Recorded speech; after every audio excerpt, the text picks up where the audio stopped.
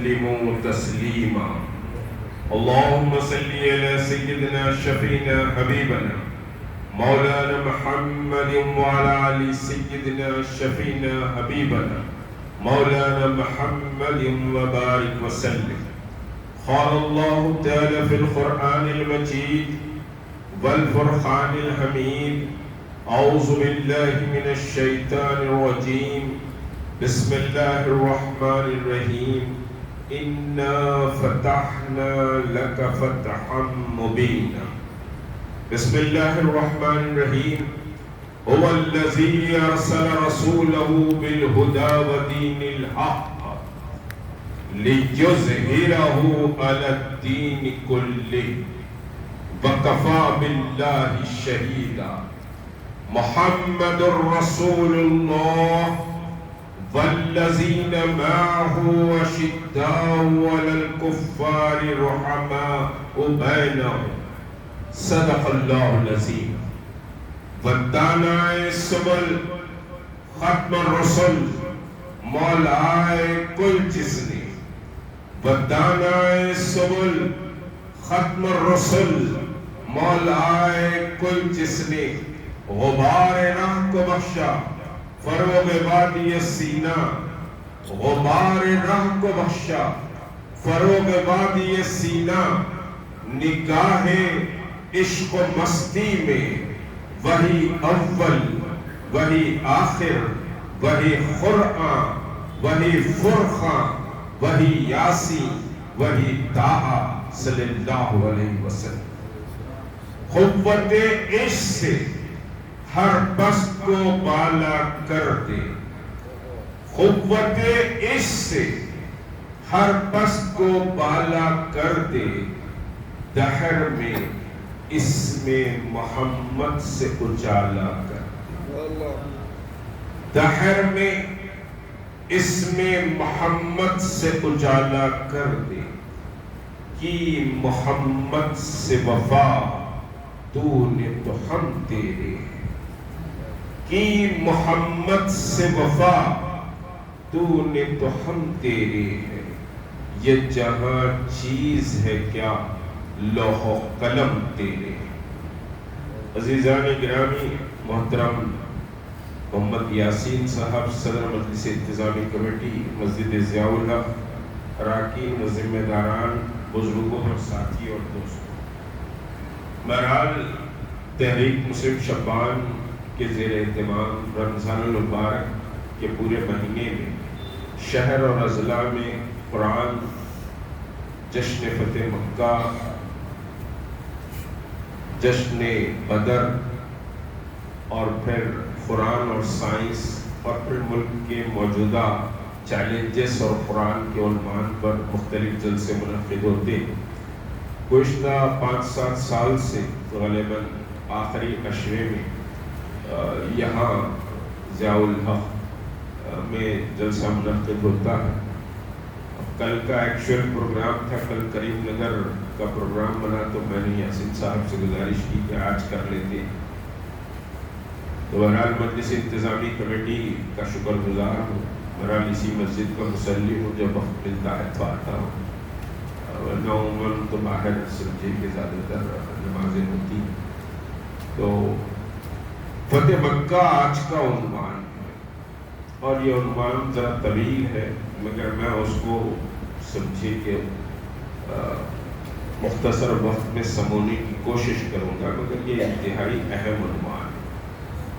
موجودہ حالات کے تناظر میں بھی بہت اہم عنوان ہے، کیونکہ آج تو مسجدوں پہ آ پڑی،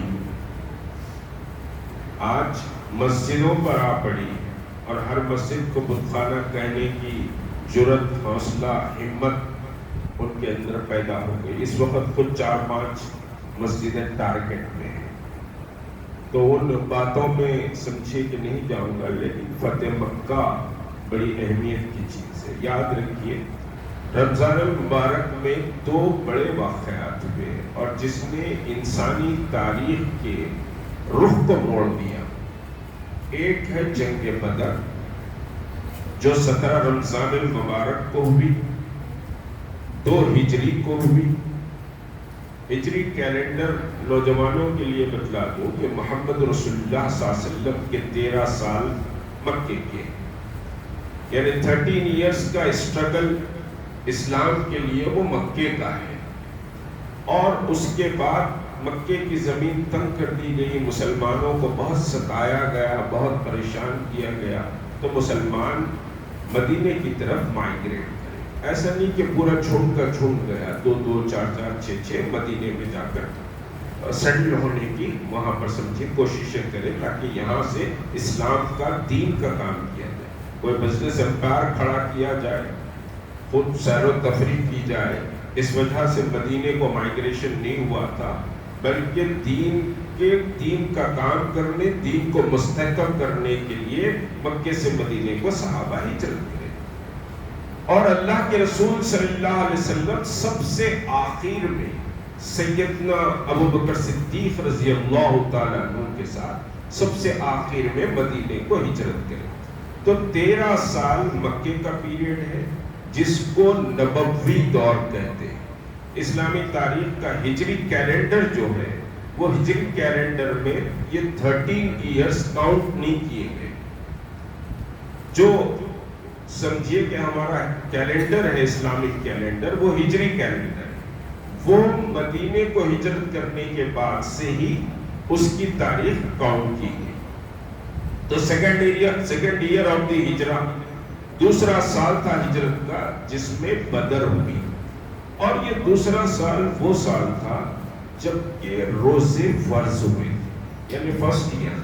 روزے کب فرض ہوئے؟ 2 ہجری کو، یعنی حضور صلی اللہ علیہ وسلم مکے سے مدینے کو ہجرت کرنے کے بعد جو سیکنڈ ایئر آیا، اس میں روزے فرض ہوئے. اس سے پہلے روزے رمضان کے روزے فرض نہیں تھے. روزے ضرور امتوں کے لیے فرض تھے، پورے انبیاء کی امتیں روزے رہتے تھے، لیکن پورا مہینہ جو رمضان کے روزوں کی فرضیت کا حکم آیا وہ 2 ہجری کو آیا. اب اسی 2 ہجری کو رسول کریم صلی اللہ علیہ وسلم یعنی پہلا سحر کرے پھر دوسرا سحر کرے. 2 ہجری 2 رمضان کو مدینے سے نکل گئے بدر کی جنگ کے لیے. بدر عنوان نہیں ہے لیکن تھوڑا سا سمجھا رہا ہوں. تو بدر کی جنگ کے لیے 2 ہجری کو نکل گئے، فرسٹ رمضان، فرسٹ ایئر. اب اس کے بعد بدر بہت بڑی جنگ ہوئی. 17 رمضان کو اللہ نے مسلمان استقامت کے ساتھ، صبر کے ساتھ جم گئے، ڈٹ گئے، تو اللہ نے فرشتوں کے ذریعے مسلمانوں کی مدد کی. اور اس زمانے کا سب سے سپیریئر وارئر جن کا کوئی مقابلہ نہیں کر سکتا، وہ لشکر مسلمانوں کے مقابلہ آیا، جن کو لائنس کہا جاتا، لائنس آف دی عرب. ان کا اسٹیٹس وہ تھا کہ لائنس آف دی عرب، کہ بھئی یعنی قریش کے جو لشکر تھے وہ بہت بڑے طاقتور سردار جو تھے، بہت بڑے طاقتور تھے، ان کا کوئی مقابلہ، ان کا نکلنا ہی ایک ایسے معنی میں کہ صاحب یہ تو اب آگے والے کا کام ہو گیا.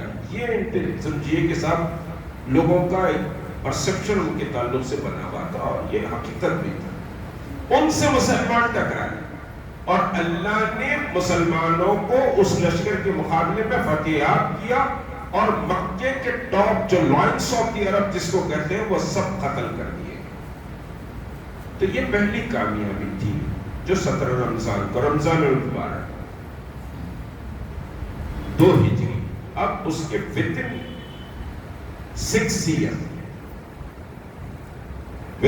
6 year میں ٹائم اس واسطے ذرا زور ڈال کے کہہ رہا ہوں کہ ہم تھوڑا سا جائزہ بھی لیں، یعنی کتنا اسٹرگل کیا گیا ہوگا، کیسا محنت کی گئی ہوگی. یعنی 2 رمضان 2 سمجھیے کہ ہجری کو بدر ہوئی، سیکنڈ ایئر آپ مائیگریٹ کر کے سیٹل بھی نہیں ہوئے، جنگ ہو گئی.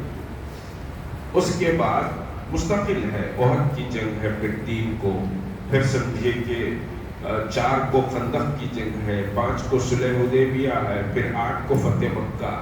یعنی نو ریسٹ لیس جدوجہد ہے محمد رسول اللہ صلی اللہ علیہ وسلم. یعنی اونٹ کو دم کر کے دعوتاں نہیں اڑائے گئے، مستقل دین کی فکر کی گئی، دین کی جدوجہد کی گئی، دین کے لیے کام کیا گیا، ریسٹلیس۔ جس شہر سے آپ صلی اللہ علیہ وسلم نکلے تھے، اکا وطنا بلکہ جان بچا کر نکلے، 8 سال کے بعد وہ شہر کو فتح کر لیا۔ کیسی پلاننگ کی، کیسی اسٹریٹجی، کیا حکمت عملی، یہ چیزوں پر ڈیپلی غور کرنا چاہیے۔ تو 17 رمضان کو قرآن نے کیا کہا؟ یہ دن یوم الفرقان ہے، یعنی حق اور باطل میں فرق کا دن ہے، یوم الفرقان۔ اب ہم ویلنٹائن ڈے یاد رکھتے ہیں، یہ ڈے یاد رکھتے ہیں، وہ ڈے یاد رکھتے ہیں، سارے ڈیز یاد، آئی پی ایل ڈیز یاد، پوری شیڈیول آئی پی ایل کا بولو ایسا ٹک ٹک ٹک ٹک بول دیتا۔ لیکن محمد رسول اللہ، ابھی جیسے میں نے کہا کہ ہجرت ایسے ہوئی، بدر ایسے ہوئی، احد ایسے ہوئی، خندق ایسے ہوئی، صلح حدیبیہ یہ ہوا، یہ ایئر میں ہوا، اگر کسی سے پوچھو تو نہیں بتا سکے۔ ہم کو دنیا تو یاد ہے، لیکن خود ہم اپنے آپ سے واقف نہیں، اور اپنی تاریخ سے واقف ہوئیے۔ لوگ آپ کو مٹانا چاہتے، لوگ آپ کو پورا حرف غلط کے طرح سمجھے زیرو بنا دینا چاہتے، پوری تاریخ کو مٹا دیا گیا، شریعت پر حملے کیے جا رہے ہیں، آپ کا کوئی نام و نشان ملک میں باقی رکھا نہ جائے، یہ کوششیں ان کی جاری ہیں۔ سارے شہروں کے نام، سڑکوں کے نام، یونیورسٹیز کے نام، سلیبس چینج کر دیا گیا، حتیٰ کہ ابوالکلام آزاد کو بھی سلیبس سے نکال دیا گیا۔ لیکن ہم غافل ہیں، ہم تو مندی، بریانی، حلیم میں مست ہیں، وہ کھا لیے تو جنت ملتی کہتے، وہ بھی رمضان میں گھوم گھوم کے کھائے تو جنت ملتی۔ رمضان قبول ہوتا، روزے قبول ہوتے، بغیر تفریح کرے کہ تو روزے قبول ہی نہیں ہوتے۔ اللہ بھی گارنٹی دے دیے کہ تفریح کریں گا تو روزے قبول ہوتے۔ رمضان کا مذاق بنا دیا، بلا شبہ کہہ رہا ہوں، رمضان کا مذاق بنا دیا ہم نے۔ رمضان عبادتوں کا، تقوی کا، پرہیزگاری کا، رحم دلی کا، محبت کا، ایثار کا، قربانی کا، رجوع اللہ کا، تقوی کا مہینہ ہے، جو دنیا دیکھ کر آپ سے سیکھے کہ دین یہ ہے۔ لیکن ہم نے تو رمضان کو کھانے کا، بدماشیوں کا، لچے پن کا، تفریحوں کا، ٹھیٹھا کا ایک سمجھے کہ تماشا بنا دیا۔ آج تو افطار پارٹیاں بھی ایک تماشا ہو گئی، ڈیکوریشن کیا جا رہا ہے افطار کے ٹیبلوں پر، اور اس ڈیکوریشنز کو غور کریں گے آپ تو پورا سمجھے کہ ہندو کلچر کا ڈیکوریشن، ایک نئی بدعت اور ایک نئی سمجھے کے ساتھ چیز دین میں لائی جا رہی ہے۔ 12 ربیع الاول رحمت اللہ علیہ صلی اللہ علیہ وسلم کا میلاد، سمجھے کہ روحانیت کے طور پر مسلمان مناتے تھے، لیکن اس کو ایک تماشے میں بدل دیا گیا۔ معافی چاہتا ہوں، رسول اللہ راستے روکنے کے لیے نہیں آئے، رسول اللہ لاؤڈ اسپیکر لگا کے انسانوں کو تکلیف دینے کے لیے نہیں آئے، رسول اللہ رحمت اللہ عالمین ہے، ساری انسانیت کے لیے رحمت ہے، لیکن ہم سمجھے کہ صاحب اس کو ایک الگ ٹرینڈ بنا دیا گیا۔ 12 ربیع الاول کا الگ بنا دیا گیا۔ میں جلوس کا قائل ہوں، بلکہ 15ویں صدی ہجری کے جلوس فلاں سمجھیے کہ صاحب ہم دن تمام رات تمام محنت کرتے تھے کہ مسلمانوں کی شان اور مسلمانوں کی قوت اور مسلمانوں کی طاقت کا اظہار ہے، لیکن جلوس چلے تو درود پاک کے نذرانوں کے ساتھ چلے، جلوس چلے تو کلمہ طیبہ کے ساتھ چلے، سیٹیاں مارتے ہوئے، حراش اڑاتے ہوئے، یہ رسول کا طریقہ نہیں ہے۔ غیروں کا طریقہ اپناؤ گے تو لوگوں پر کوئی اثر نہیں ہوگا، اور غیروں کا طریقہ اپنانے سے اللہ کے رسول نے روکا۔ اور آج افطار کی پارٹیاں، ارے یار سڑک پہ کھڑے کھڑے افطار، یہ کہاں کا ہے یہ سلسلہ؟ کون سا اسلام؟ کھڑے کے افطار کرنا کوئی اسلام ہے؟ ارے اللہ کے رسول نے پانی بیٹھ کر پینے کو کہا، کھانا تو دور کی بات ہے۔ یہ بفے کی تحریک، یہ کھڑے کھڑے لپ لپ لپ لپ کھانے کی تحریک، یہود و نصارہ کے طریقے۔ اللہ کے رسول نے بیٹھ کر کھانے کا حکم دیا۔ سڑک پہ افطار کر رہے، یوں کھجن کر یوں کھا، ارے دیکھ رہے ادھر دیکھ رہے، اذان بھی نکاح کی سب برخاست، مسجدوں میں تک نہیں آ رہے افطار کرنے۔ ایک نیا ٹرینڈ شروع ہوا۔ تو رمضان دعوتوں کے لیے نہیں ہے، غریبوں کی مدد کے لیے ہے، غریبوں کی دلجوئی کے لیے رمضان۔ تو بہرحال سمجھیے کہ 17 رمضان کو اللہ نے یوم الفرقان قرار دیا، حق اور باطل میں فرق کا دن۔ قرآن نے مہر لگائی، حق اور باطل میں فرق کا دن۔ اور اسی طرح 20 رمضان کو فتح مبین، یعنی جس طرف ہم منہ کر کے نماز پڑھتے ہیں نا کعبۃ اللہ کی طرف، وہاں سے 20 رمضان کو اللہ کے رسول نے 10,000 کے لشکر کے ساتھ 360 بتوں کو نکال کر پھینک دیا، کعبۃ اللہ پاک کر دیا گیا۔ ہم جس طرف منہ کر کے نماز پڑھتے اس کی تاریخ سے واقف نہیں ہے، وہ کعبۃ اللہ ہے، کعبے کی تاریخ کیا ہے اس سے واقف نہیں۔ بلکہ میں ایک بات بتاؤں، ارون شورے مر گیا، کعبہ واز دی مندر اس نے لکھا تھا، انڈین ایکسپریس پہ ایک بڑا آرٹیکل آیا تھا اس کا، تو کعبہ مندر تھا، کعبے میں بت تھے، تو اب اس کو بھی بناتے ہیں لوگ۔ اب اس آرٹیکل کو چیلنج کرنے کے لیے بہرحال کہا کیا کیا اٹھا پٹک کرنا پڑا، میں وہ ساری تفصیل نہیں رکھوں گا، سیاسی مسئلہ ہے بھائی، اس کو تو ہم جواب نہیں دے سکتے۔ بڑے بڑے لوگوں نے کہا یاد رکھو کہ دین دین ہے، سیاست یہ لچا گیری ہوتی ہے، جھوٹ مکر و فریب کا نام سیاست ہے، لیکن دین تو دین ہے نا، مسجد تو دین ہے، کعبہ تو دین ہے، شریعت تو دین ہے، سمجھیے کہ حجاب دین ہے، حلال دین ہے، لباس دین ہے، یہ سب دین میں شامل ہے۔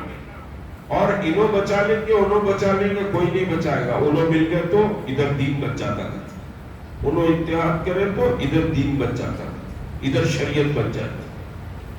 لڑائی آپ کو لڑنا پڑے گی، عمل آپ کو کرنا پڑے گا، تبدیلی آپ کو پیدا کرنی پڑے گی۔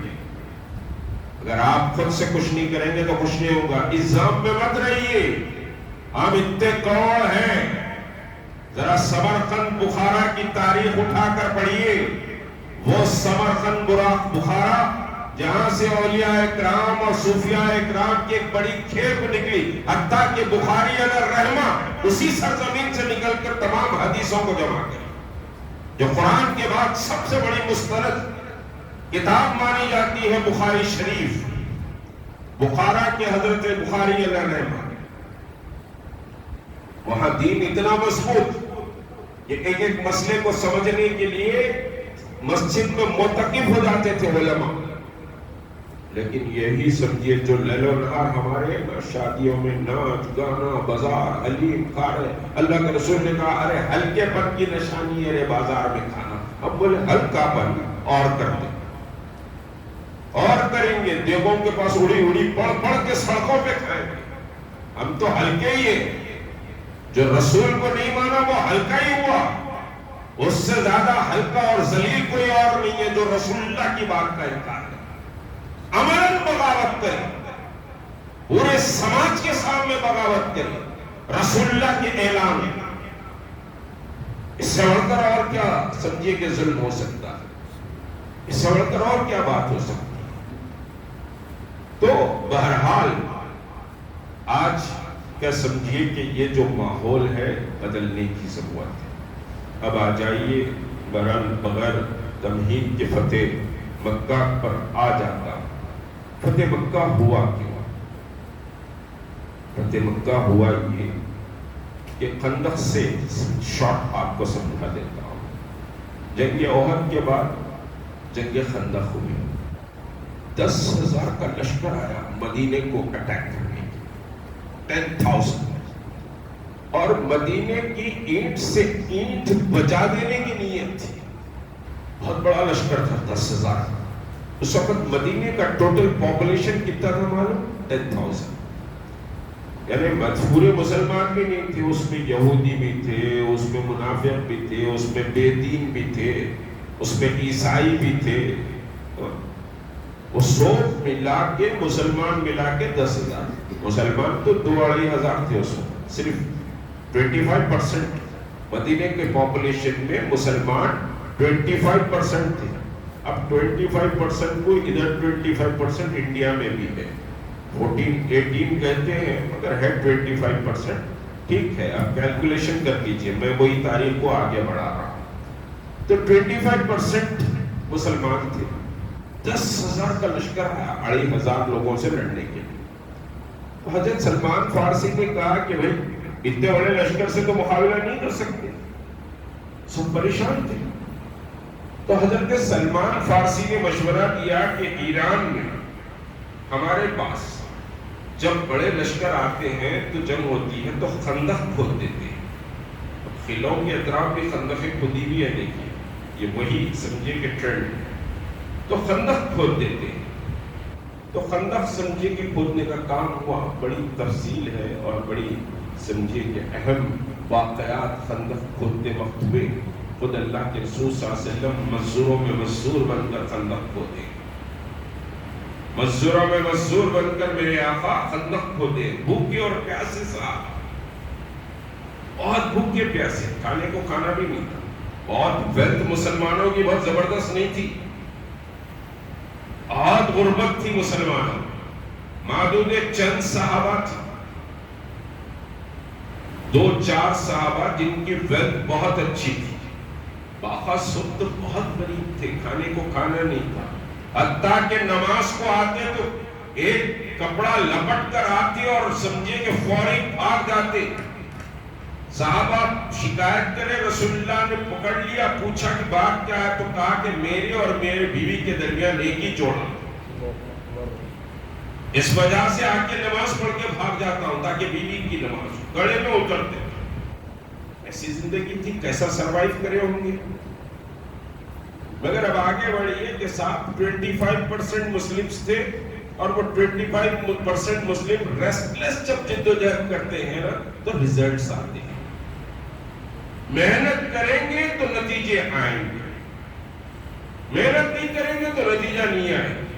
اب خالی چھلتے ہوئے دعا کر لیتے بیٹھے ہوئے, ایگزام پڑھ رہے تھے کچھ بھی نہیں, چھل رہے دعا کر, پریشان ہے, مریض پڑے ہوئے ہیں, چھل رہے دعا کر. تو وہ دعا جو بغیر تدبیر کے کی جائے, علماء نے کہا معلق ہو جاتی ہے. تدبیر کے ساتھ دعا ہو, دوا دے مریض کو پھر دعا کرے, پڑھے محنت کرے مشقت کرے پھر دعا کرے. بغیر محنت مشقت کے دعا کرو, دعا کرو, دعا کرو, کچھ بھی نہیں ہوتا. دعا سے دعا معلق ہو جاتی ہے, اٹک جاتی ہے آگے بیچ میں. محنت کرنا, صحیح کرنا. اللہ کے رسول بدر میں پہنچے, دعا کرے. اللہ کے رسول احد میں لے کر آئے اپنی فوج کو, دعا کرے. اللہ کے رسول خندق کھود رہے, دعا کرے. اللہ کے رسول حدیبیہ کو گئے, دعا کرے. اللہ کے رسول مکے کو فتح کرنے کے لیے 10,000 کا لشکر لے کر گئے, دعا کرے. خالی بیٹھ کے دعا نہیں کرے, اللہ مکے سے بتوں کو نکال کے پھینک دے. اور اللہ کے رسول ہاتھ اٹھا کے دعا کر لیتے تو بات ختم. سب جہاں کا وہاں جلی جاتے تھے بھوک. لیکن اسلام تھیوریٹیکل مذہب نہیں, پریکٹیکل مذہب ہے. اسلام عمل کا مذہب ہے, پریکٹیکل مذہب ہے. بغیر پریکٹیکلٹی کے اسلام سمجھے کہ نہیں ہے. ایسا آسمان پہ اڑ کے چلے گئے, ایسا نہیں ہے اسلام. پریکٹیکل مذہب.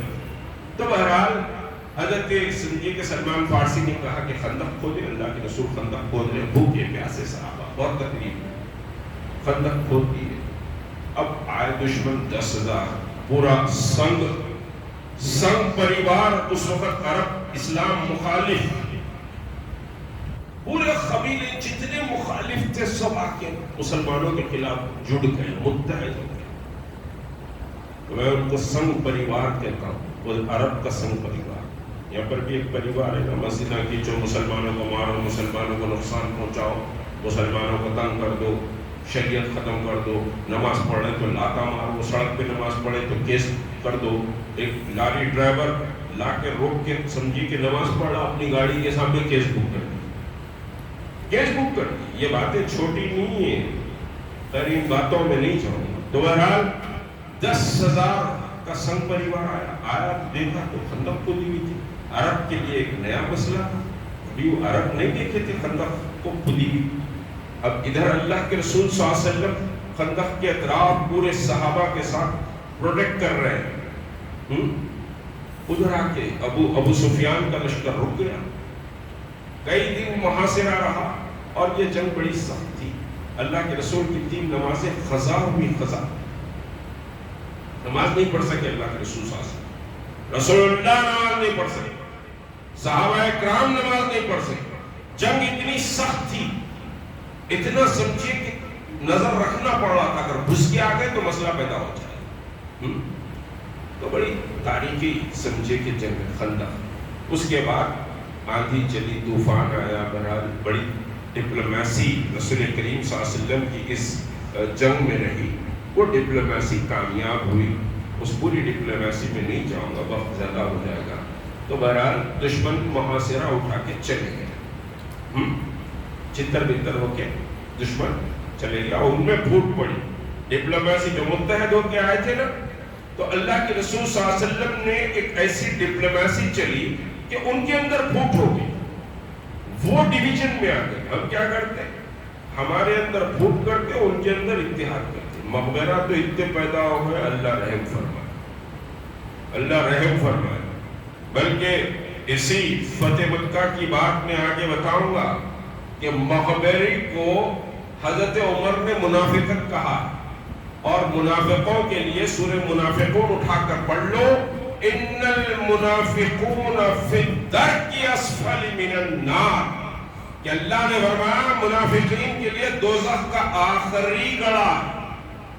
دل صاف رکھو، ذہن پاک رکھو، اور آپس میں سمجھیے کہ شیر و شکر کی طرح منظم و متحد رہو. تو بہرحال اللہ کے رسول کی حکمت عملی کامیاب ہوئی، اور وہ 10,000 کا لشکر پھوٹم پھاٹ ہو کے چلے گئے. اب اللہ کے رسول صلی اللہ علیہ وسلم نے اعلان کیا اب مدینے پہ کوئی اٹیک نہیں کرے گا. مدینہ اب سیکیور ہو گیا، کیونکہ ادھر آتے ہی بدر ہوئی، بدر کے بعد احد ہوئی، پھر اس کے بعد اتنی بڑی تیاری کر کے یہ آ گئے. تو مدینے والوں کو چین سے رہنے نہیں دے رہے تھے کہ مسلمان یہاں جم رہے ہیں، اسلام یہاں جم رہا ہے، اس کو اکھاڑ کر پھینک دو یہاں سے. تو وہ 10,000 کا لشکر جب پھوٹم پھاٹ ہو کے چلے گیا، تو اللہ کے رسول نے کہا کہ اب مدینے پہ اٹیک نہیں ہوگا. اس کے بعد پھر اللہ کے رسول نے اعلان کیا کہ چلو ہم اب عمرے کو چلتے ہیں. دیکھو جس شہر سے اللہ کے رسول راتوں رات اکا بتلا نکلے تھے، جان کے لالے پڑے ہوئے تھے، وہ شہر والوں سے 3 جنگیں ہو چکی تھی، 3 جنگیں. وہ 3 جنگوں کے بعد اللہ کے رسول نے کہا چلو اب مکہ چلتے ہیں، ہم عمرہ کر کے آتے ہیں. اور اللہ کے رسول عمرے ہی کے لیے نکلے، عمرے ہی کے لیے.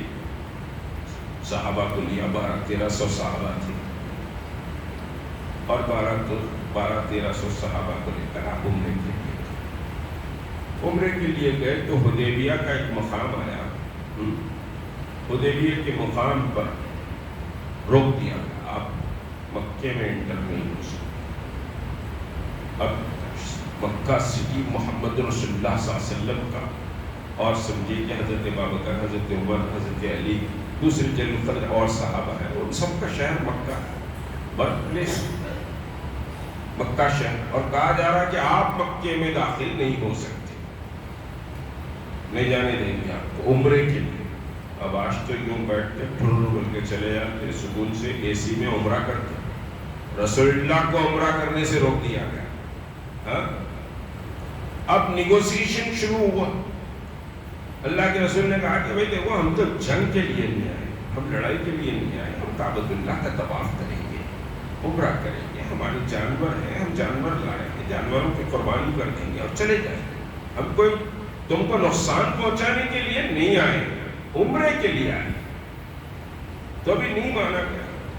مختلف ڈیلیگیشن مکے والے بھیجاتے رہے اور حضور صلی اللہ علیہ وسلم ان کو یہی بتاتے رہے کہ بھائی ہم کوئی لڑائی کے لیے نہیں آئے، ہم تو سمجھے عمرہ کریں گے، چلے جائیں. اللہ کے رسول صلی اللہ علیہ وسلم نے حضرت عثمان ابن عفان رضی اللہ تعالیٰ عنہ کو بھیجا. حضرت عمر بولے میں تو نہیں جا سکتا مکے میں کیونکہ میرا کوئی پروٹیکشن کرنے والا قبیلہ وہاں بچا نہیں. حضرت عمر بولے، حضرت ابوبکر بولے میں بھی نہیں جا سکتا. تو کیا سچویشن تھی ان کی اور کتنا ڈیرنگ کا ڈیسیشن تھا محمد رسول اللہ صلی اللہ علیہ وسلم کہ دشمن کی گفا میں ہاتھ ڈال دیا جائے. ہم چلیں گے مکہ، یہ لوگ مسلمانوں اور اسلام کو ٹارگٹ کر رہے ہیں، ہم وہیں چلیں گے اور جا کر ہم عمرہ کر کے پیسفل آ جائیں گے. ایک بڑا میسج جائے گا کہ وہ مسلمان آ کے گئے، دب دباتے ہوئے مسلمان مکے میں داخل ہوئے اور انہوں نے عمرہ کیا اور سمجھے چلے گئے. تو ایک بڑا میسج پورے جزیرۃ العرب میں جائے گا. کچھ چیزیں پریکٹیکل ریزلٹ کی نہیں ہوتی، میسج کنوے کرنے کی ہوتی. سمجھے آپ کا معلوم آپ این آر سی میں ایک میسج کنوے کریں یہاں سے ملین مارچ کریں، اس کا کیسا بڑا سمجھیے کہ میسج گیا. دو چیزیں تھیں، ایک شاہین باغ، دوسرا ہمارا ملین مارچ حیدرآباد کا، جو این آر سی کو سمجھیے کہ پیچھے ڈھکیل دی. ایک میسج کنوے کرے، کوئی چیز تو نہیں کرے نا، کسی کی نقصیر نہیں پھوٹی، کسی کو کوئی گالی بھی نہیں دیا اتنے بڑے مجمع میں. خود ڈی جی پی بن گیا جو انجلی کمار کا کمیشن، اس نے کہا کہ کمال ہو گیا. اس کمال میں تو آپ نے اور کمال کر دیا کہ میرے پہ 27 مقدمے چڑھا دیا، 27 کیسز بک کر دی جبکہ کچھ بھی نہیں کرا. ہر شہر کے پولیس اسٹیشن میں کیس بک کر دیا. تو میسج کرنا پڑتا ہے. اسٹریٹجی یہ ہوتی ہے کہ بعض وقت آپ پریکٹیکل نہیں بلکہ ایک میسج کنوے کرنا ہے. یہ محمد رسول اللہ کی سنت. تو اللہ کے رسول صلی اللہ علیہ وسلم اس میسج کنوے کرنے کے لیے حدیبیہ سمجھے مکے کو آنا چاہ رہے تھے. حدیبیہ میں روک دیے گئے. مختلف ڈیلیگیشنز سمجھے کہ آ کے حضور صلی اللہ علیہ وسلم سے بات کر رہے ہیں. آپ یہ کریں میں لڑنے کے لیے نہیں ہوں، تو میرے جانور دیکھ لو، کوئی ہتھیار نہیں ہے، قربانی کے لیے لائے گئے جانور، ہم تو عمرہ کریں گے، چلے جائیں. اور یہاں سمجھے کہ مکے والے تسلیم کرنے تیار ہوئے تھے. آخری سمجھے مکے کا حضرت عثمان ابن عفان کو بھیجا. حضرت عثمان کو انہوں نے دیکھیے عشق ہوتا ہے، عاشق ہوتا ہے. حضرت عثمان کو انہوں نے کہا کہ آپ مکے میں آ گئے ہیں، بڑا سمجھے کہ ریگارڈ، تکریم، عزت میں خاک تھا حضرت عثمان ابن عفان رضی اللہ تعالیٰ. اور ایک بات کہو کہ حضرت عثمان ابن عفان رضی اللہ تعالیٰ کا جو سمجھے کہ شخصیت ہے وہ صحابہ میں بہت ممتاز ہے. کسی بھی نبی نے اپنے ایک کے بعد دیگر 2 بیٹیوں کو کسی کے سمجھے نکاح میں نہیں دیا، صرف حضرت عثمان ابن عفان رضی اللہ تعالیٰ عنہ کے نکاح میں. ام کلثوم کا انتقال ہوا تو حضرت رقیہ کو دے دیا. دو صاحبزادیاں اللہ کے رسول کی حضرت عثمان ابن عفان کے نکاح میں آئی ہیں. سمجھے؟ تو بس جل قدر مقام تھا حضرت عثمان ابن عفان. تو بہرحال سمجھیے کہ حضرت عثمان گئے تو لوگوں نے کہا کہ بھائی چلیے آپ آ گئے ہیں تو آپ مکے کی زیارت کر لیجیے اور طواف کر لیجیے. اب مکے کو کون نہیں جانا چاہتا، کون طواف کرنا نہیں چاہتا. اور جن کے رگ رگ میں سمجھے کہ اللہ کی وحدانیت اور اللہ کی کبریائی ڈھاٹے مارتے ہوئے ہو تو کعبے کو دیکھیں تو اس کا دل نہیں کرے. مگر حضرت عثمان ابن عفان نے کہا کہ رسول اللہ کے بغیر میں طواف نہیں کروں، رسول اللہ کے بغیر میں طواف نہیں کروں گا، میں عمرہ نہیں کروں گا. بہرحال نیگوسیشن میں کچھ تاخیر ہو گئی تو یہاں اطلاع پہنچی کہ حضرت عثمان ابن عفان کو شہید کر دیا. مسلمانوں کے پاس یہ اطلاع پہنچی. تو اللہ کے رسول صلی اللہ علیہ وسلم کو جب یہ اطلاع پہنچی کہ حضرت عثمان ابن عفان رضی اللہ تعالیٰ عنہ کو شہید کر دیا گیا، تو آپ سمجھے کہ جھاڑ کے نیچے بیٹھے اور حضرت عثمان کے قتل کا بدلہ لینے کے لیے آپ نے بیعت لی، جس کو بیعت رضوان کہتے ہیں۔ قرآن نے انڈوس کیا اس بیعت کو سورہ فتح میں، بیعت رضوان جس کو کہتے ہیں۔ اللہ کے رسول صلی اللہ علیہ وسلم نے اپنا ہاتھ رکھا، صحابہ نے ایسے ہاتھ رکھ کر ایک کے ہاتھ کے اوپر ایک کے ہاتھ کے اوپر ہاتھ رکھ کر بیعت لی۔ مختلف روایت، کوئی 8 سنگی صحابہ ایک ساتھ لیتے تھے، کوئی 6 صحابہ ایک ساتھ لیتے تھے، تو بیعت اس طرح ہوئی۔ اس بیعت کو اللہ نے کیا کہا؟ اے محمد صلی اللہ علیہ وسلم، آپ کے ہاتھ پر وہ بیعت نہیں ہوئی، بلکہ وہ ہاتھ تو ہمارا ہاتھ تھا جس پر یہ صحابہ بیعت کریں۔ یہ ہاتھ ہمارا ہاتھ تھا۔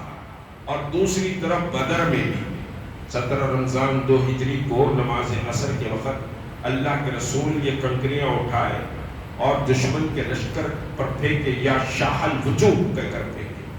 تو سورہ انفال میں اللہ تبارک تعالیٰ فرماتا ہے وَإِذْ رَمَيْتَ رَمَيْتَ وَلَكِنَّ اللَّهَ رَمَى۔ اے حبیب، وہ کنکریاں آپ نے نہیں پھینکی، وہ کنکریاں ہم نے پھینکی۔ تو رسول کی عظمت، رسول کا مقام اور رسول کو سمجھے اعزاز اللہ کیا عطا کر رہا۔ تو بہرحال سمجھے کہ بیعت رضوان ہوئی۔ پھر اس کے بعد حضرت عثمان آ گئے، تو سب نے ٹھنڈی سانس لی کہ حضرت عثمان واپس آ گئے۔ اب آخری ایک ڈیلیگیشن آیا، نیگوسیشن چل رہے ہیں ریگولر، کفار میں قریش بات چیت چل رہی ہے۔ آخری ڈیلیگیشن آیا عمر ثقفی کا۔ وہ بہت سمجھے کہ چالاک تھا اور بہت ہی سمجھے کہ ڈپلومیٹ تھا۔ عمر ثقفی سے ڈسکشن ہوا اور وہ بعد میں اسلام بھی لائے۔ ڈسکشن ہوا، صلح حدیبیہ کے ٹرمز اینڈ کنڈیشن ڈیسائیڈ ہو گئے۔ اب ڈیسائیڈ ہو گئے صلح حدیبیہ کے، کیا ڈیسائیڈ ہوئے؟ موٹے موٹے باتیں بتا دوں۔ یہ ڈیسائیڈ ہوا کہ بھائی اب ہم 10 سال تک کوئی جنگ نہیں کریں گے۔ نمبر 1، 10 سال تک کوئی جنگ نہیں کریں گے۔ 5 ہجری کو ہو رہا ہے نہیں، 15 سال تک کوئی جنگ نہیں کریں گے، 15 ہجری تک۔ تو 10 سال تک کوئی جنگ نہیں کریں گے۔ مکے کا کوئی آدمی مدینے کو آئے گا تو واپس کر دیں گے، مدینے کا آدمی کوئی مکے کو گیا تو اس کو ہم رکھ لیں گے۔ صحابہ بولے یہ کرنا مارنا، اپن تو دب کے بات کر رہے ہیں۔ تو حضرت عمر پوچھ بیٹھے یا رسول اللہ، کیا ہم حق پر نہیں ہیں؟ اللہ کے رسول نے کہا کہ بے شک عمر حق پر۔ پھر اتنا دب کے کیوں بات کی جا رہی ہے؟ اللہ کے رسول نے حضرت عمر کی طرف ذرا جلال میں دیکھا تو نگاہیں عمر سمجھے کہ نیچے ہو گئی، اور جس زور سے حضرت عمر نے بات کی تھی، زندگی بھر حضرت عمر کو اس کا ملال ہوئی تھی۔ اور پھر عظمت مصطفیٰ کے تعلق سے قرآن نے کہا کہ تم اپنی آواز کو اپنے حبیب کی آواز سے بلند مت کرو۔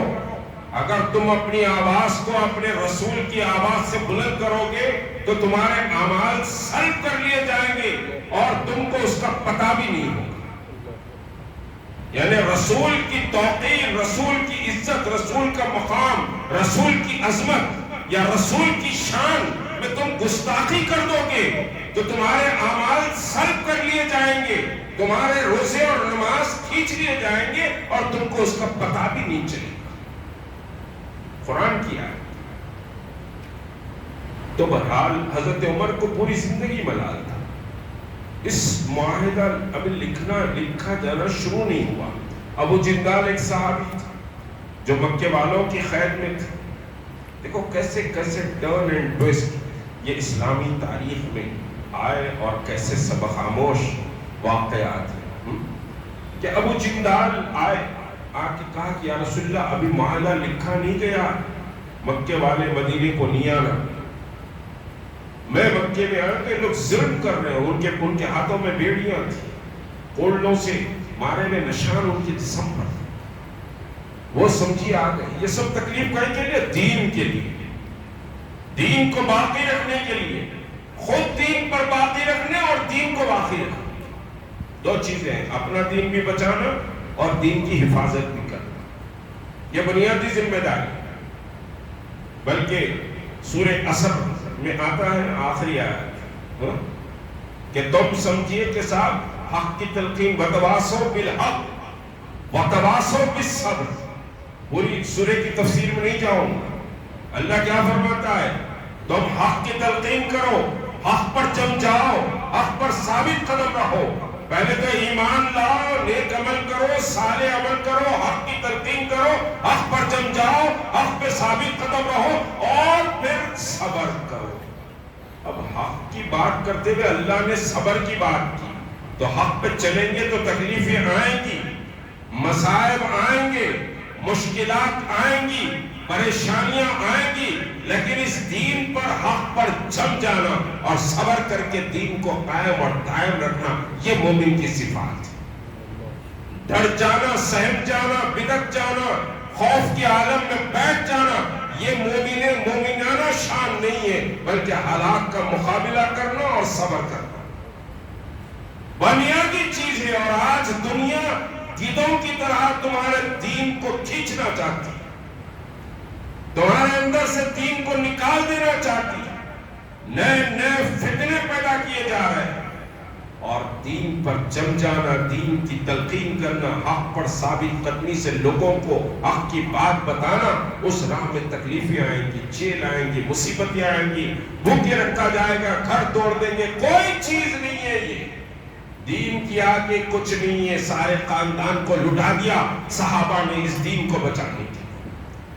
آل یاسر نے قربانی دی، اپنی جانوں کا نذرانہ پیش کیا. حضرت خباب آگ پر لٹا دیے جاتے تھے لیکن دین کو نہیں چھوڑا، یا پھر محمد رسول اللہ سے بغاوت نہیں تھی. حضرت بلال کو سمجھیے کہ پہاڑوں پر ایسا کھینچا جاتا رسی سے، گرم پہاڑوں، مگر بلال احدن کہتے، دین سے کوئی سمجھوتا یا کوئی کمپرومائز نہیں. تو ابو جندال آئے، آ کر کہا یا رسول اللہ میں مدینے میں آ جاتا. وہ سمجھیے کہ عمر ثقفی نے جو معاہدہ لکھ رہا تھا وہ چالاک تھا. اس نے کہا محمد صلی اللہ علیہ وسلم معاہدہ زبانی ہو چکا ہے، ابو جندال ادھر نہیں آ سکتے، ہماری قید میں رہیں. صحابہ تلملا گئے. حضرت عمر تو سب اچھل کے ابو جندال کے قریب چلے، تلواریں نکالی. کیا ایک آدمی کو لے رہے ہو، لیکن یاد رکھو اسلام ڈسپلن کا نام. صحابہ بے چین بے قرار ہو گئے، تلواریں نکال لی. حضرت عمر تو کود کے ابو جندال کے پاس چلے گئے. بڑا لمبا ڈائلاگ سے، ان تفصیلات میں نہیں جاؤں گا. اللہ کے رسول صلی اللہ علیہ وسلم نے صرف اپنی نظر اقدس کو صحابہ کی طرف دیکھا کہ یہ مشیت رسول نہیں ہے کہ تم اس وقت برغلائے جاؤ یا پرجوش ہو جاؤ، اس وقت تم خاموش بیٹھ جاؤ. اللہ کے رسول نے کہا کہ ابو جندال صبر کر لو، اللہ بہتر معاملہ کرے گا. کہا کہ معاہدے کو لکھو. ابو جندال ادھر چلے گئے. اس کا پروفٹ کیا ہوا؟ مکے کو آ نہیں سکتے تھے، مکے والے مدینے کو نہیں آ سکتے تھے. جتنے مکے سے ہجرت نہیں کر رہے تھے، سینٹرل میں ایک چوکی بنا دی اللہ، بھاگ بھاگ کے سینٹر پوائنٹ پہ آ کے جمع ہو. اب مدینے مکے والوں کا جانا مشکل ہو گیا. وہ لوگ آگے حضور صلی اللہ علیہ وسلم کو بولے بھائی وہ معاہدہ توڑ دو، آپ لے لو، یہاں رکھ لو، رستے میں بہت پریشان کر رہے ہیں. تو اسٹریٹجی، حکمت عملی یہ بہت امپورٹنٹ ہوتی ہے. تو بہرحال سمجھے کہ معاہدہ ہوا اور پھر یہ ہوا کہ بھائی تمہارے جو چاہنے والے ہیں ان پر کوئی اٹیک نہیں ہوگا، ہمارے چاہنے والوں پر بھی کوئی حملہ نہیں ہوگا. اگر حملہ ہوگا تو ٹوٹ جائے گی بات. تو چنانچہ بنو بکر ایک قبیلہ تھا، بنو خزاع ایک قبیلہ تھا. بنو بکر کفاران قریش کا حمایتی تھا، بنو خزاع جو تھا وہ سمجھیے کہ مسلمانوں کا حمایتی قبیلہ تھا. تو اب یہ معاہدہ ہو گیا، بڑا دھوم دھام، پورا پیسفل چل رہا. سب بہت بیچ میں ڈیولپمنٹس ہیں، نہیں اتنی تفصیل میں نہیں جاؤں گا.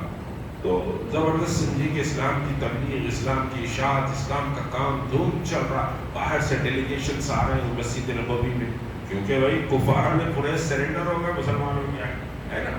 اس کا ایک امپیکٹ چاہتا ہے. تو باہر سے بہت سے وفود آ رہے ہیں، دوسرے ممالک سے، جزیرۃ العرب سے. اس سے ہم ڈسکشن کر رہے ہیں، یہ کر رہے ہیں. یاد رکھو کہ مسجد مرکز تھا. مسجد نبوی میں سارے فیصلے لیے جاتے ہیں، چاہے وہ جنگ کے ہو، چاہے یتیموں کے ہو، بیواؤں کے ہو، ناداروں کے ہو، شادی کے ہو، خلا کے ہو، طلاق کے ہو، جائیداد کے ہو، سب فیصلے مسجد نبوی میں لیے جاتے ہیں. ہم نے مرکز کو چھوڑ دیا تو پھر دنیا نے ہم کو سڑ کے سڑک لا دیا. مرکز بنیاد ہے، مسجد بنیاد ہے، اور یہیں سے سارا نظام مسلمانوں کا چلنا چاہیے. مگر بڑا فساد آ گیا مسجدوں میں. خیر، تو بہرحال سمجھیے کہ اسلام کافی ترقی کر رہا تھا. یہ پیسفل، دیکھیے حالات پیسفل ہو تو کام زیادہ ہوگا، ٹینس ہو تو کام نہیں ہوگا. تو بہرحال سمجھیے اب بیچ میں کیسا ٹینس پیدا کیا گیا. کرونا کو جماعت کو مسلمانوں سے، فلاں سے، ایسا ویسا، کیسا یہ ٹینس ہے. یہ سازشاں، بدماشیاں ہیں تاکہ آپ کے بڑھتے قدم روک دیے جائیں، آپ کا کام متاثر. سوال یہ جماعت، وہ گروہ، یہ گروہ. اب مولانا اظہری گرفتار ہے.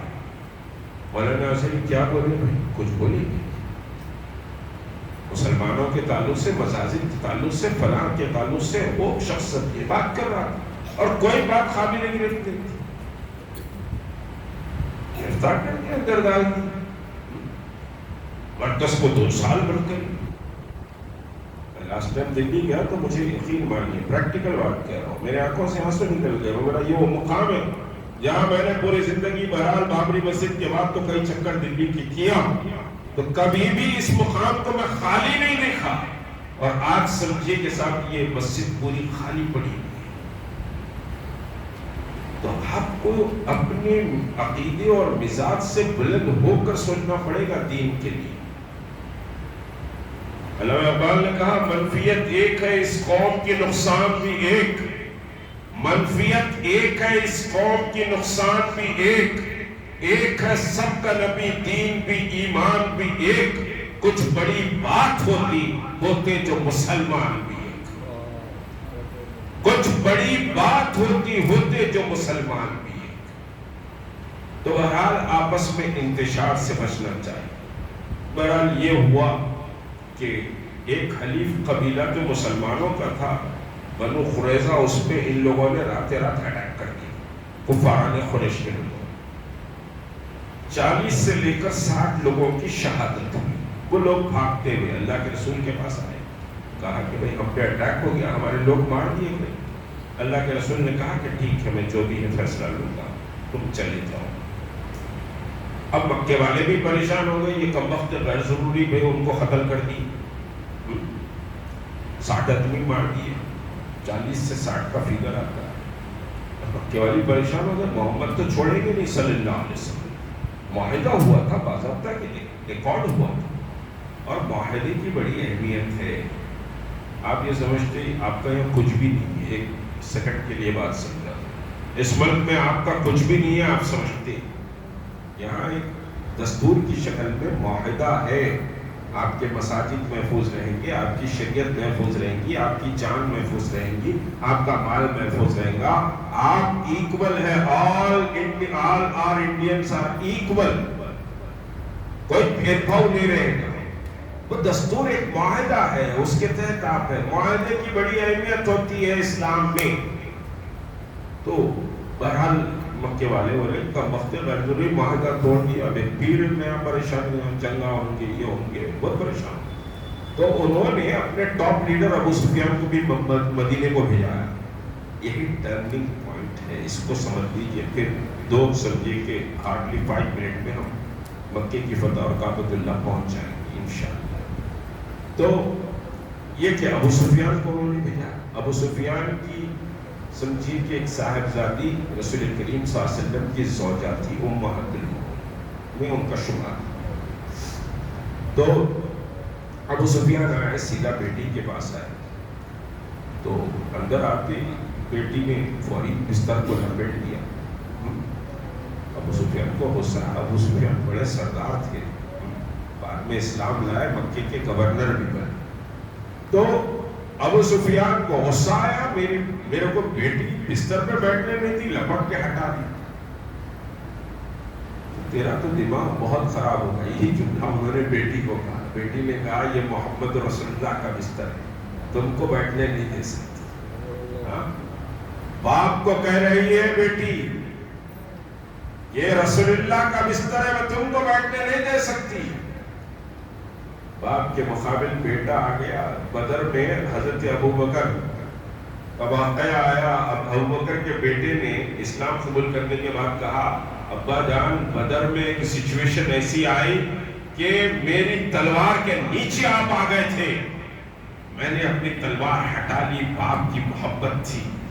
تو حضرت ابو بکر نے جواب دیا بیٹا اگر تو میری تلوار کے نیچے آتا تو محمد رسول اللہ کی محبت میں تجھ کو اڑا دیتا. یہ دین کا رشتہ خون کے رشتے سے زیادہ بڑا ہے, اس بات کو سمجھو. دین کا رشتہ خون کے رشتے سے زیادہ بڑا ہے,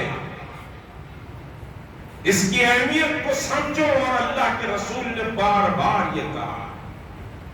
تو بہرحال ابو سفیان بیٹی کے لیے آئے, بولے کہ کیا کروں, میں تو امن کے لیے آیا, یہ کمبختے مار دیے, معاہدہ ٹوٹ جائے گا, پھر جنگ و جدال ہوگا, میں امن کے لیے آیا. تو بیٹی نے کہا کہ میں تو کچھ نہیں کہہ سکتی, جا رسول اللہ کو بول, میں کچھ نہیں بول سکتی. تو آپ مسجد نبوی گئے. اب یہاں سے بات سمجھیے کہ بہت غور سے سن لی. ابو سفیان مسجد نبوی کے صحن میں گئے, اللہ کے رسول نماز پڑھ کر نکل رہے. ابو سفیان ٹھہرے ہوئے ملاقات کرنا چاہتے ہیں. اللہ کے رسول کی نگاہ اقدس ابو سفیان پر پڑی تو آپ نے چہرہ انور کو پلٹا لیا. ابو سفیان سے کلام نہیں کیا, اپنے حجرے میں چلے گئے. ابو سفیان پریشان ہو گئے کہ میرے سے بات نہیں کری, بے عزتی ہوگی. بہت بڑے سردار تھے ابو سفیان, سمجھیے احد میں, خندق میں, فلاں میں, حدیبیہ, سب ابو سفیان کی کمانڈ تھی. وہ کمانڈر تھے قریش کے. بے عزتی ہوگی میری, پوری قوم ان کو بھیجائیے, جاؤ جا کے بات کر کے آؤ, رزلٹ بھی لے جانا ہے, عزت بھی بچانا ہے, دو چیزیں. تو ابو بکر کے پاس گئے رضی اللہ تعالیٰ. بولے ابو بکر رسول اللہ کو سمجھا, ہم لڑائی نہیں چاہتے, ہم پیس چاہتے ہیں, کوئی وار نہیں چاہتے. غلطی ہو گئی ہے انہوں سے, بنو بکر قبیلے سے, ہم لکھ لیں گے, جو بھی تم سمجھیے کہ تاوان بولو, ہم تاوان دینے کے لیے تیار. حضرت ابو بکر نے کہا کہ میں تو نہیں کہہ سکتا اللہ کے رسول کو, کیونکہ رسول اللہ نے اپنے چہرے انور کو پلٹا لیا, تو ہماری جرت نہیں کہ جا کر کچھ کہے. مایوس ہو کے حضرت عمر کے پاس گئے. حضرت عمر تو واریر تھے. حضرت عمر کو بولے خطاب کے بیٹے جاؤ, جا کے سمجھاؤ, امن چاہ رہے ہیں ہم, پیس چاہ رہے ہیں, نو ڈسٹربنس, سب سکون چاہ رہے ہیں. تو حضرت عمر بن خطاب نے کہا کہ تم امن چاہ رہے, پیس چاہ رہے, ایک لکڑی بھی مجھ کو مل گئی تو تمہارے خلاف اس سے جہاد کروں گا, تم کو چھوڑوں گا نہیں. تم تو اتنے تکلیفیں دیے ہیں مسلمانوں کو اور اسلام. وہاں سے نکل گئے, حضرت عثمان چلے گئے, حضرت علی چلے گئے, حتیٰ کہ حضرت فاطمہ الزہرا رضی اللہ تعالیٰ عنہ سے ملاقات. ابو سفیان حسنین کریمین کھیل رہے تھے, ان کو گود میں اٹھا لیا ابو سفیان. پرانے تعلقات تھے اور سردار مکہ تھے, تو بہرحال سمجھے گود میں اٹھا لیا, اٹھا کر کہا کہ اے فاطمہ, اللہ کے رسول کی بیٹی سن.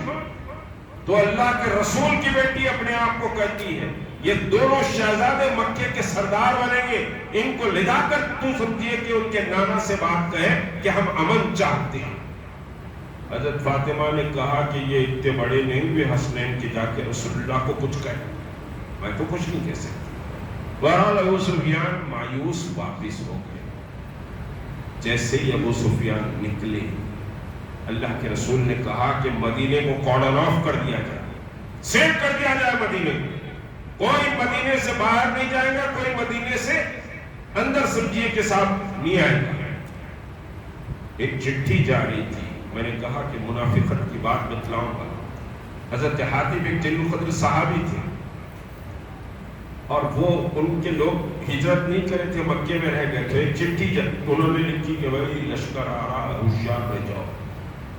یہ لکھے اس واسطے کہ رسول اللہ کا لشکر کوئی شکست تو دے نہیں سکتا ہم کو، مگر میری بیوی بچوں پہ مکے والے تھوڑا رحم کر دیں، میری بیوی بچوں کو نقصان نہیں پہنچے۔ انٹینشن یہ تھا ان کا، حضرت حاتب کا۔